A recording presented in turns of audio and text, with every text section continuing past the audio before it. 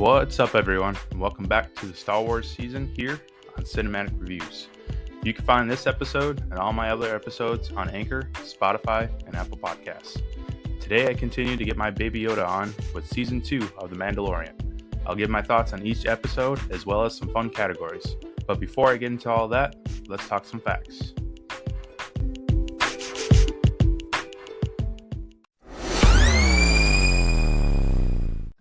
Season 2 of The Mandalorian premiered on October 30th, 2020, exclusively on Disney+. It once again consisted of 8 episodes, but continued the chapter count with number 9. The hologram depicting the destruction of the second Death Star is actual footage from Return of the Jedi. Cobb Vanth blowing up the Raiders resembles the scene in Iron Man, which was also directed by Jon Favreau. A statue honoring IG-11 can be seen in the background on Navarro. John Williams' classic theme for Yoda can be heard when Ahsoka references Master Yoda. Before Rosario Dawson was chosen to play Ahsoka, fans made a campaign for her to be casted. Katie Sackhoff has admitted that Bo-Katan is the polar opposite of her own personality. Jamie Lee Curtis was set to appear in Season 2, but had to drop out due to scheduling conflicts. Mando has only removed his helmet 4 total times in both seasons of the show. Baby Yoda is in fact a boy, and his name is Grogu. Lastly, Jon Favreau expressed frustration in numerous interviews over fans calling Grogu Baby Yoda. But fans only did this because the child's identity was such a huge secret. Plus, it's cute as hell, and it sells toys. Now, let's get to my thoughts on The Mandalorian Season 2. Season 2 of The Mandalorian is an incredible experience. We're back with Mando and Baby Yoda, who is now identified as Grogu. Pedro Pascal is phenomenal in the role, and Grogu is even more adorable this time around. Giancarlo Esposito returns as Moff Gideon, and he's menacing as hell. We also revisit characters from the animated shows and live action, along with being introduced to new characters. Rosario Dawson is awesome as Ahsoka, and I'm excited to see more of her. Katie Sackhoff brings Bo-Katan to life once again, and it's incredible. Timothy Olyphant makes his debut in the Star Wars universe as Cobb Vanth, aka the Marshal, and he is so awesome in the role. The action and story are even better in Season 2. The moments this time around hit way harder. We also get some well-written backstory on Grogu, and his journey with Mando is so cool. I'm excited for Season 3 to finally come out, but in the meantime, Disney has given us 2 incredible seasons to watch over and over again. So with that, let's talk about each of the 8 episodes along with some fun categories. Chapter 9, The Marshal, directed by Jon Favreau.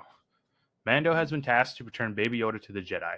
His search begins with finding a fellow Mandalorian that can lead him to the Jedi. Mando travels to Tatooine on a rumor that a Mandalorian is operating out of a forgotten town called Mos Pelgo. But to Mando's disappointment, he is confronted by a marshal named Cobb Vanth, who only wears Mandalorian armor to protect the town.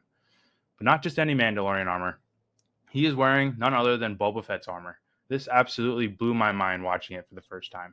I love Timothy Olyphant in this role. He's so badass and suave as the Marshal. Mando and the Marshal have a brief stare down before they reach an agreement. Cobb will hand over the armor if Mando helps him kill a krayt dragon that is terrorizing the town. The dragon is this huge, scary-looking worm that kills everything in sight by traveling under the sand. I love the CGI and design that was used in order to create this terrifying creature. Mando and the Marshal travel to the dragon's cave on speeders.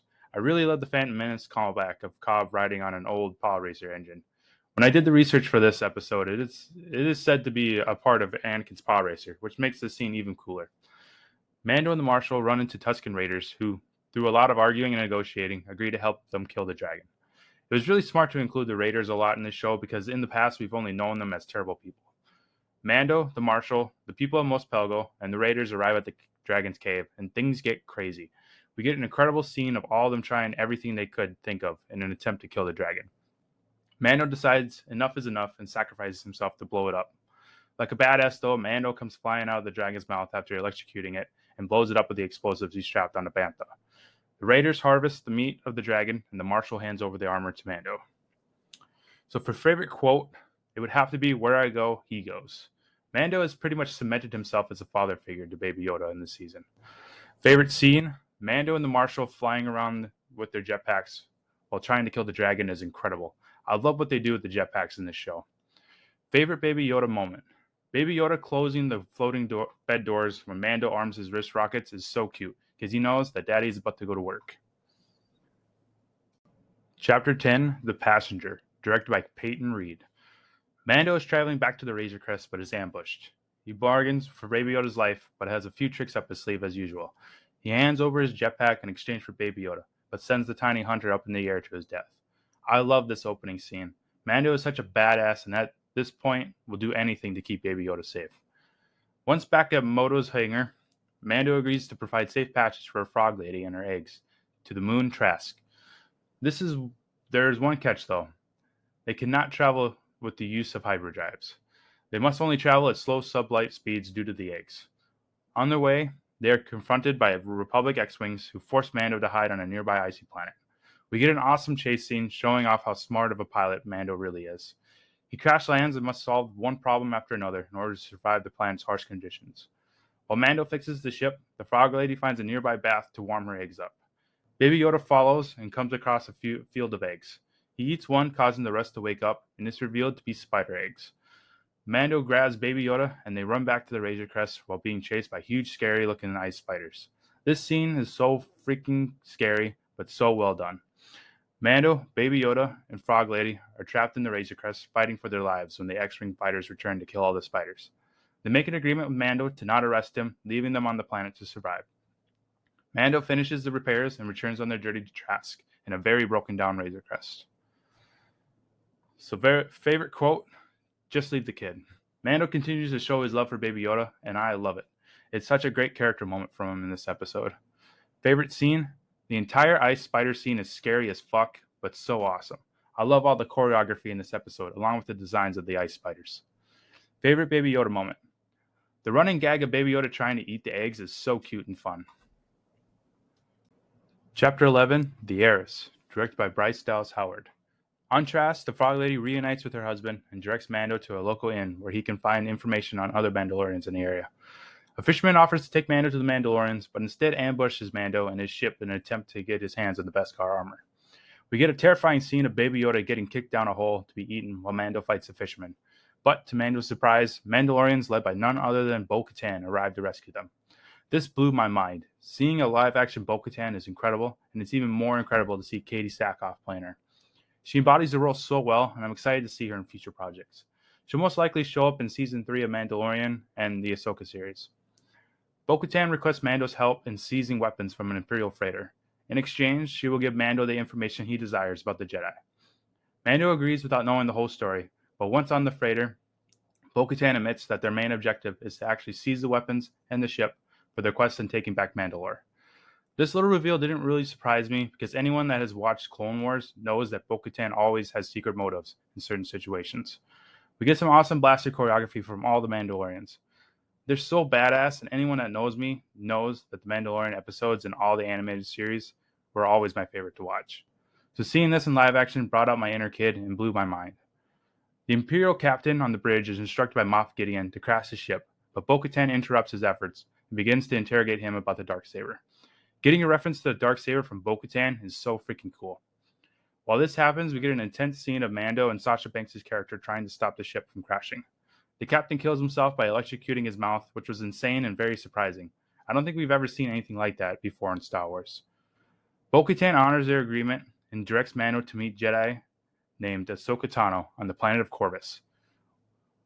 Like what? We got a reference in live action about Ahsoka freaking Tano. Another great moment where my mind is just blown. With the Razor Crest repaired as best as possible, Mando departs with Baby Yoda to the planet of Corvus. So my favorite quote, with no surprise, would have to be, "There you will find Ahsoka Tano." Hearing Ahsoka being mentioned in live action is so cool, but it's also really cool that it came from Bo-Katan. Favorite scene would have to be Mando taking blaster shots in order to throw the grenades to stormtroopers on the bridge. It was so badass to watch him work like that. Favorite Baby Yoda moment? Baby Yoda watching Sasha Banks' character eating in jealousy was so freaking cute. Chapter 12, The Siege, directed by Carl Weathers. Mando and Baby Yoda are reunited with their good friends Cara Dune and Karga on the planet of Navarro. The Razor Crest is in need of serious repairs, so meanwhile Karga shows Mando the last Imperial threat in town. Mando agrees to help Cara Dune and Karga destroy the Imperial base, but needs a safe spot to hide Baby Yoda. Karga allows Baby Yoda to sit in on a nearby school for safekeeping. I love this scene a lot. Baby Yoda is so freaking cute, especially in his want for the macarons. The Imperial base turns out to be a laboratory that is being used to test Baby Yoda's blood. We get some cool blaster sequences before our heroes destroy the base.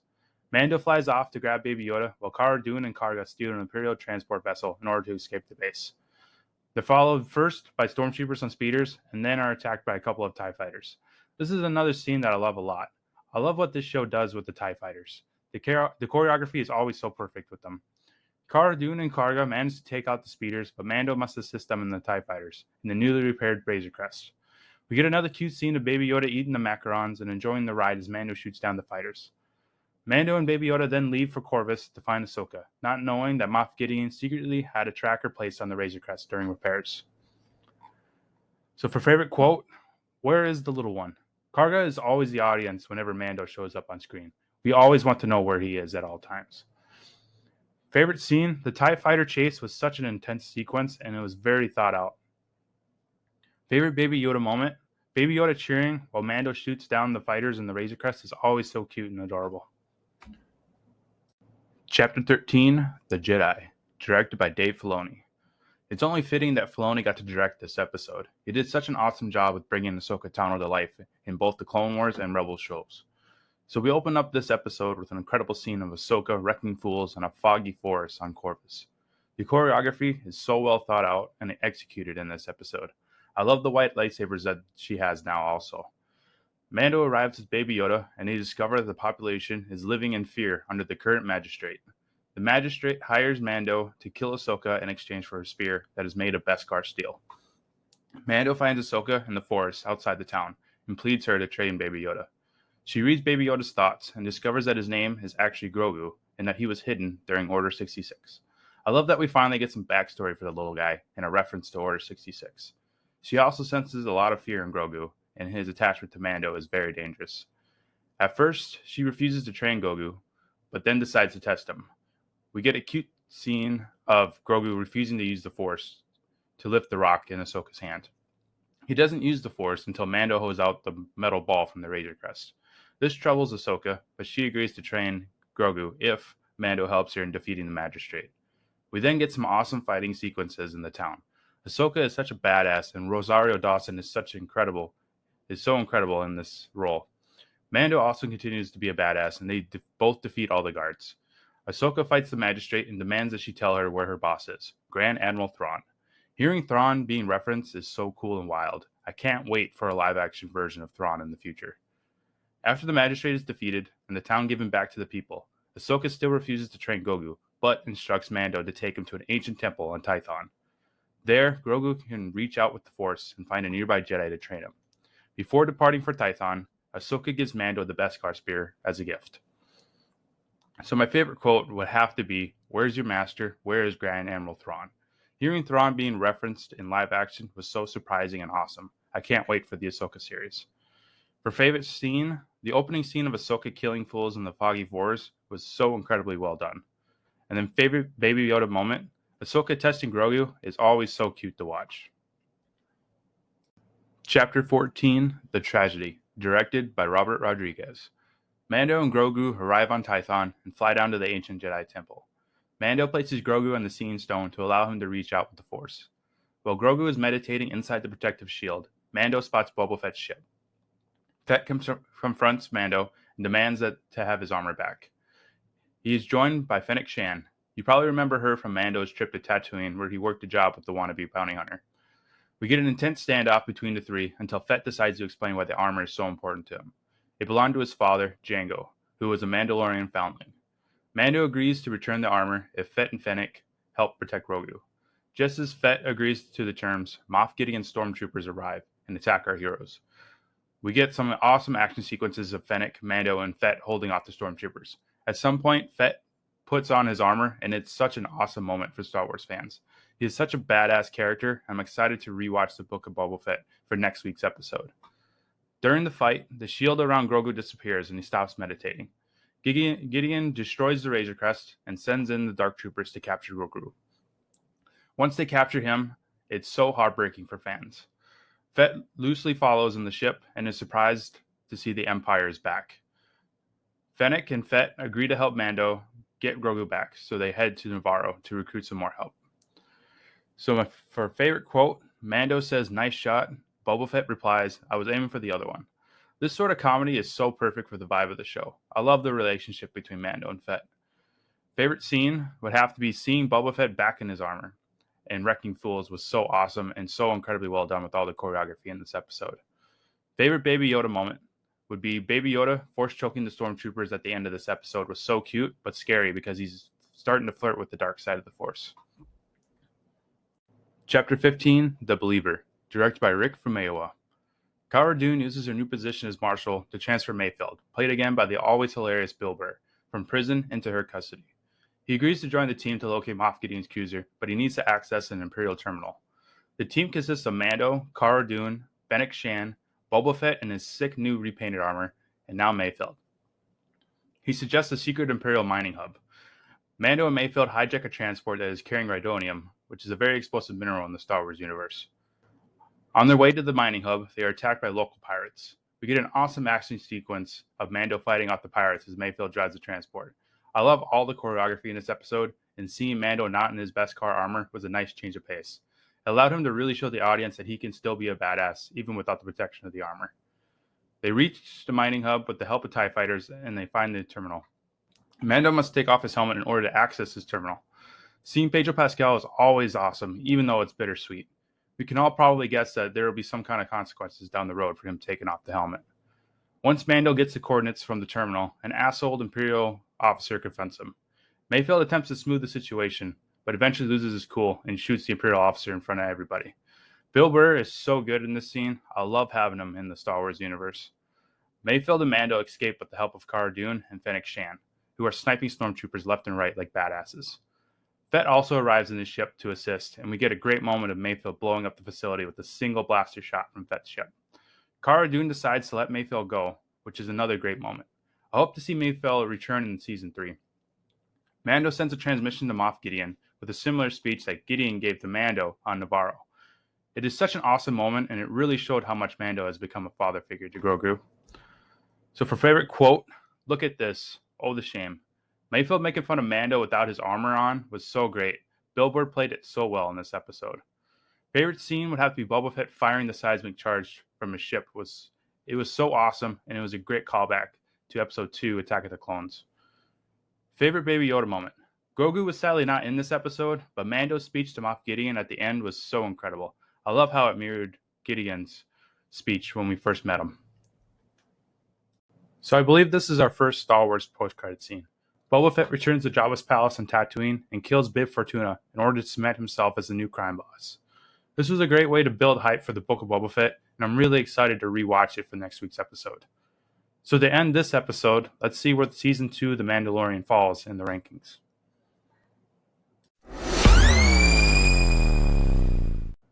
Like I said last week, it's really difficult to rank the two seasons of The Mandalorian separately, but I would have to put Season 2 over Season 1. There are just more epic moments in Season 2, like Ahsoka and Boba Fett showing up.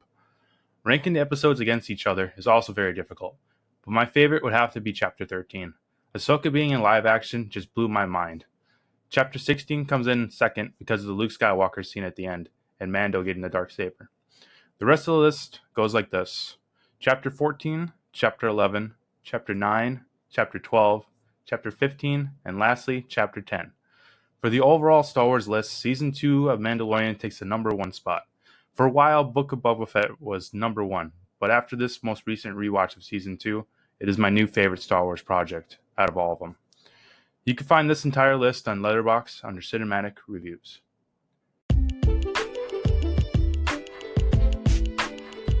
Well, that'll do it for this week's Star Wars episode. Next Friday, I'll be giving my thoughts on the Book of Boba Fett.